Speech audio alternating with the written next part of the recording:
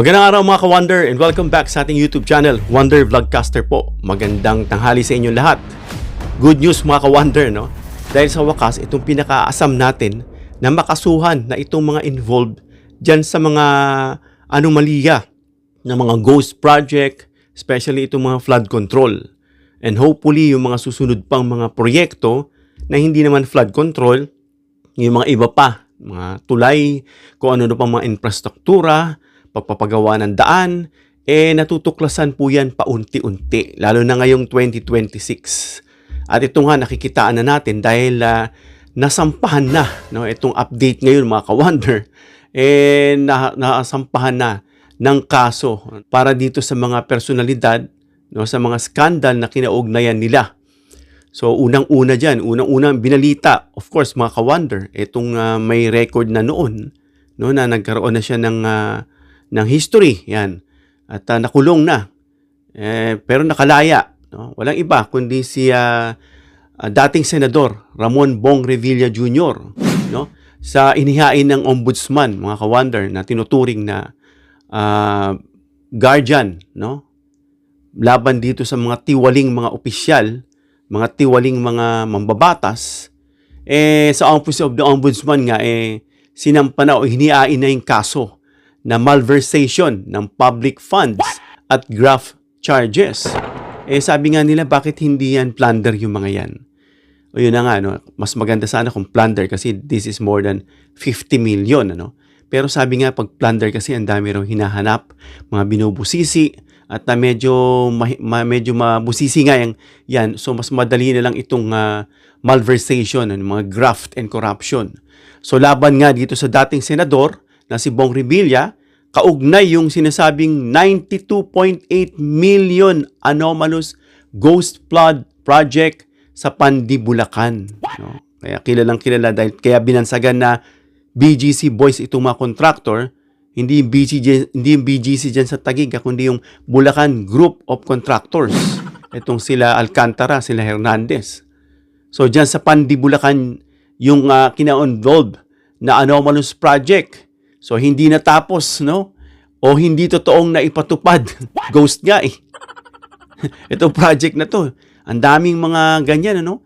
Na para magkapera lang, kunyari may proyekto, ay gagamitin yung pondo ng gobyerno. Yan ang masama.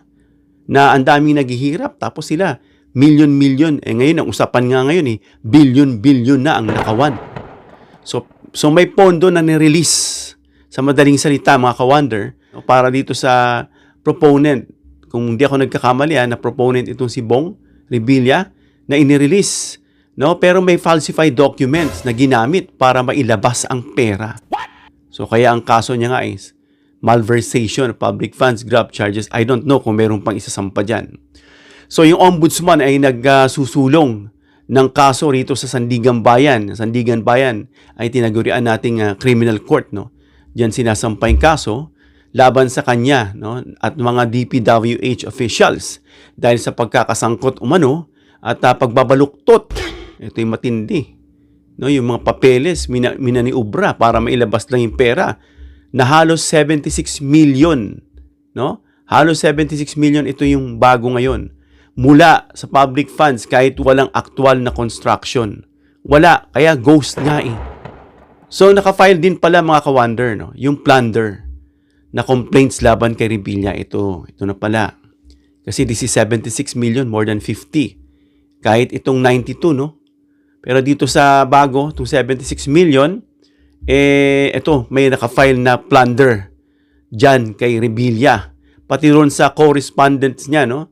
Tulad ni Zaldico, ni Jinggoy Estrada, na tinawag nga nila na best friend niya, no? Dito sa Department of Justice, batay sa mga flood control anomalies kasama ang isinagawang preliminary investigation. So anong kaso yung mga yan? Tatlo, no? Malversation, graft, yung Anti-Graft and Corruption Practices Act, at posibleng plunder cases para dito naman sa Department of Justice. Sino pa yung susunod na kakasuhan? Itong matagal na siyang bahagi ng PDAF, itong si Jinggoy, may history na ito. Siya nga nagsabi, no? Na kaya raw siya tinuturo ay vulnerable siya dahil meron na raw siyang na history, parang ganun. So matagal na siyang bahagi ng mga kasong PDAF, pork barrel, no? At kasalukuyang iniimbestigahan pati sa mga anomalous flood control project. So yan yung mga pinagkakaperahan. Kaya nga sabi nila, no, may joke nga sila, kung gusto mong yumaman, no, maging ano ka, alam mo na, drug, ganyan. At o kaya, politiko, o kaya, businessman. Yung tatlong yan. No? So, mag-business ka na lang. Kaysa doon ka pumasok sa kahiyahiyang mga pagkakaperahan. No? Tinuturing ka nga, honorable nga ang tawag. Honorable. Pero yung ginagawa mo dishonorable. No? Kaya ito mga ka-wonder, itong si Jinggoy, na sa testimony ng dating DPWH engineer, sinabing may kaugnayan din itong si Estrada. Naalala ko dun sa korte, no? Sinabi si Diskaya, no? Na sabi, mayroon bang senador nakasambot? Sabi ni Jinggoy. Sabi ng Diskaya, parang sinabi, wala. Sabi ni Marcoleta, ligtas ka na, safe ka na. Although biro, eto nga, no? Sinampahan na siya dito ng testimony nga, ayon sa testimony ng DPWH, na itong si Estrada ay may kaugnayan sa mga proyekto na posibleng may kickbacks. Nabanggit ni PBM yan, ano? Mga kickbacks, errata, for the boys, kung ano-ano pa. Yun nga matindi, itong tatlo pangsugal lang dyan sa casino at natatalo. Grabe, pangsugal lang yung pera nating taong bayan, mga ka-wonder. So, ang ICI, mga ka-wonder, ay nag-recommend din kay Estrada, no, na iba pang mga opisyal na kasuhan ng plunder at bribery. Kasama dyan, of course, itong si lakas mag-deny at ginagamit pa yung relihiyon niya, no, doon pa nagsalita, ginamit na platform. Itong si Joel Villanueva, no, sayang, ano, ang ganda pa naman ang record nito. Parang si Chisto noon Mr. Tesda, si Cheese Mr. ganito yan, ano. Nasayang, mga ka-wonder. Dahil nasisilaw sa pera. Alam niyo, ang pera, ginawa yan para medium of exchange. No? Para may pampalit ka o pinagsikapan mong trabaho, yan ay ibibigay sa yung pinakaresibo mo.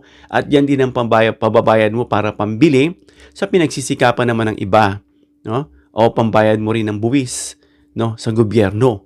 Pero kapag yung pera, sabi nga, for the love of money is the root of all evil. Yung love, kasi nakikita ko the money is the root of all evil daw. Mali po yun. Yung for the love, yung pagmamahal. Kaya itong mga to, makikita mo, no, they love money so much. Meron pa itong pinasok next time lang natin pag-usapan yun kasi baka gawa natin ng video yun. So yun nga, anong klaseng kaso para dito kay Jinggoy? Plunder. Grabe. Plunder agad, no?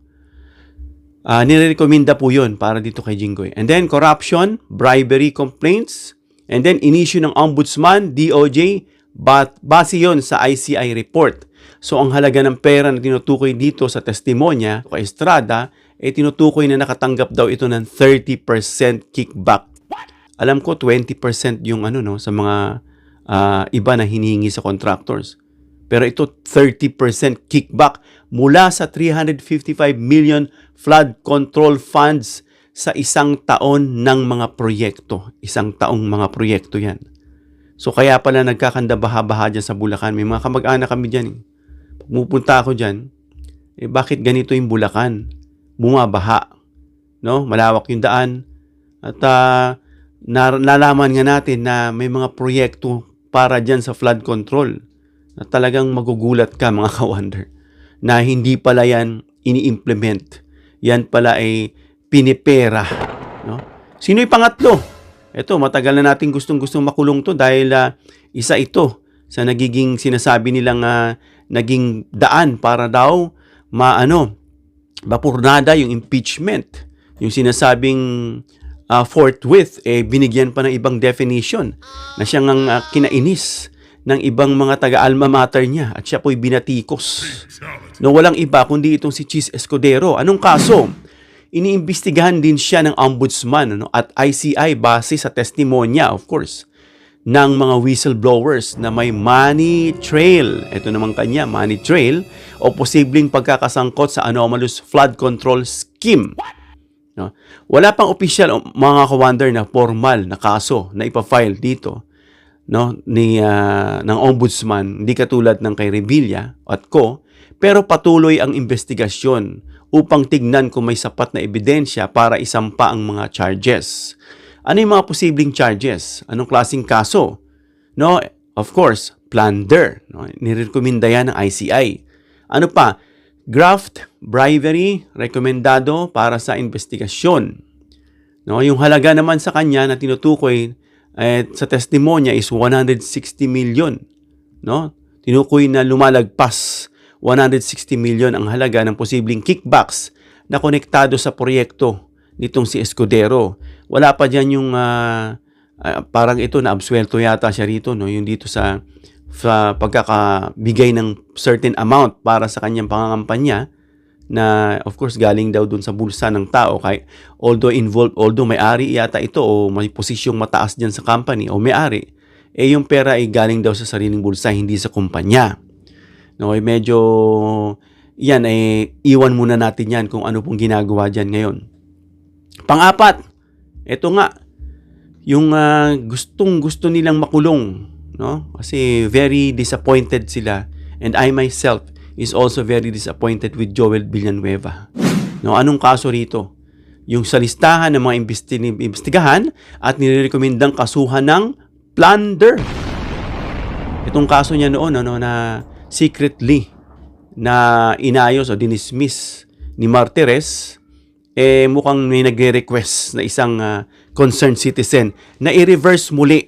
Kasi ito'y kumbaga sikretong tinago, no? Nasabi criminal, parang sinasabi lang doon civil o administratibo lang, no? Hindi yung criminal case. And anyway, puntahan natin tong kanyang plunder na kaso na isasampa sa kanya at iba pang mga corruption charges na rekomendado ng ICI kasama sina Estrada at co. Grabe.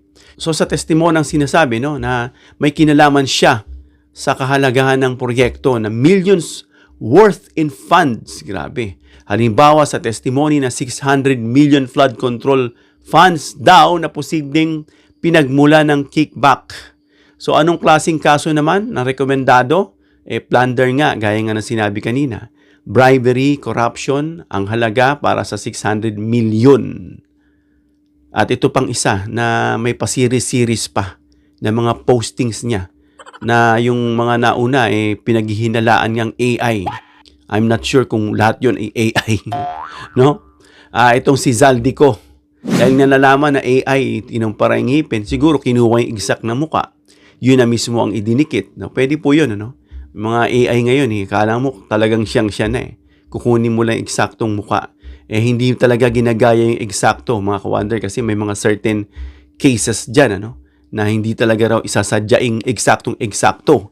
Nababasa, naaamoy na fake AI lang. Gaya ng kay BBM, yung false face swap nila, no, na hindi talaga ginayang eksaktong-eksakto, parang yung mga palusot nila, no. So itong si Zaldico, alam na natin, no? Katumbas ito ni Eric Yap sa panahon nga ni Digong na chairman to ng appropriation, na itong ay sangkot. Itong si Ako Bicol representative na nahaharap sa malversation and graft charges dito sa Sandigang Bayan. Kaugnay yung sinasabing 289.5 million na alin? Substandard road dike project sa Oriental Mindoro naman itong banat nito. Medyo nagdito naman siya sa Mindoro. Na tinuturing na anomalous flood control project. Wala pa dyan yung mga involved, no, na mga senador at mga congressman na pinaniniwalaan din may kasabwat. Hindi pa sila, kasalukuyan pa silang iniimbestigahan sa tingin ko, mga ka-wonder. So, etong ombudsman na nag-file ng kaso laban sa kanya at 16 na iba pang DPWH officials and contractors. So, yung mga aligasyon, mga ka-wonder, ay hindi lamang pandaraya, kundi posibleng paglabag sa Anti-Graft and Corrupt Practices Act, no? At iba pang mga criminal statutes. So, anong klaseng kaso again? Malversation, graft, and corruption. So, sa halagang 289.5 million dyan sa Oriental, at ngayon siya ay pinaghahanap na ng batas. At sino pa? Ito pang mga iba pang official na kontraktor. Ano yung mga kaso? Kasama yung mga dating DPWH, sila Bryce Hernandez, sila JP Mendoza, sila RJ Dumansig, at iba pa, no? At kinasuhan dahil sa pag-release ng pondo na dapat ay hindi lumabas para sa totoong proyekto. Ilan yun? 76 million, isang ghost project sa Bulacan. Ano pa? Ito, marami ring mga non-existent. Yung iba dyan, substandard na flood control, kaya nagkakanasira-sira. Pag nakita mong may flood, hindi kinakaya, bumibigay. Yung mga dikes, yung tulay nga lang, nito sa panahon ni Duterte, bumagay na may certain tons lang. Ang pagkakarinig ko, if I'm not mistaken, yung isang fully loaded na truck, yun na po ang maximum load nitong tulay. Dalawa yung dumaan, kaya bumigay. Kaya inayos po yan ng ating mahal na Pangulong si PBBM. So, humigit kumulang mga ka-wonder, itong mga substandard na projects dyan sa Luzon at iba pang mga rehiyon na binubuungan ng kabuuan na tumataginting na, grabe mga ka-wonder, 545 billion ang total flood control funds sa pag-review ng gobyerno mula 2023 to 2025. Grabe. Sobra mga ka-wonder. Yung sinasabi nating 1 billion lang, napakarami na, no? Halos isang dip ako. No? At ganito kataas, siguro yung taas niyon, mga 2 to 3 feet, if I'm not mistaken. 1 billion lang yun. Ito, 545 billion. Kaya, sabi nga lang, saan nakakakuha ng mga aircraft ito? Ilan? 9 na helicopter o 10 at isang eroplano? Grabe, ano? At sinasabi nila, asan dito si Romualdez? Wala nga makitang kaso eh. Wala nga masilip. Mag-file kayo kung may nakikita kayo. Ito kasi mga ito, nakitaan. May resibo, mga ka-wonder. So ano yung kakaso rito kay Zaldico? Yung criminal charges. Criminal po ito Graft malversation. Sa administratibo naman, dahil congressman ito, charge naman sa kanya ng ombudsman. Plunder rin ang nirekomenda sa ibang personalities. So yan mga ka-wonder, yan mga kinaharap nitong mga ito. At may mga nabanggit pa, na medyo siguro inaayos pa, yung pinapagtibay pa yung mga kaso para sa kanila. Mga ka-wonder. So good news na yan. Nakikitaan na natin mga ka-wonder na sinasabi nilang bumaba raw ang rate ni PBBM. Nasabi nga ni PBBM sa isang interview na know your resource. Kung sino ba yan, SWS na tawa si PBBM. You should know your source. You should know your source kung sino yung nag-conduct ng interview at saan ginawa yan. So natatawa na lang, hindi pinapatulan yung mga ganyan. And look at other surveys as well. Hindi lang yung isang yan. So magandang balita na itong mga ka-wonder, abangan natin yung mga susunod pang kakasuhan at pag-usapan natin. So hanggang dito lang tayo mga ka-wonder. Comment down below your opinion para mabasa natin. Please give me a thumbs up if you like this video para i-share ni YouTube sa iba pang viewers. Please share this video para malaman nila itong mga kinasuhan na dito sa Sandigan Bayan, DOJ at ng Ombudsman. At tuluyan na itong maghimas ng rehas para hindi na pamarisan. And please subscribe, hit the notification bell icon and choose all bilang suporta sa aming mga content creators. Hanggang sa muli mga ka-wonder. God bless.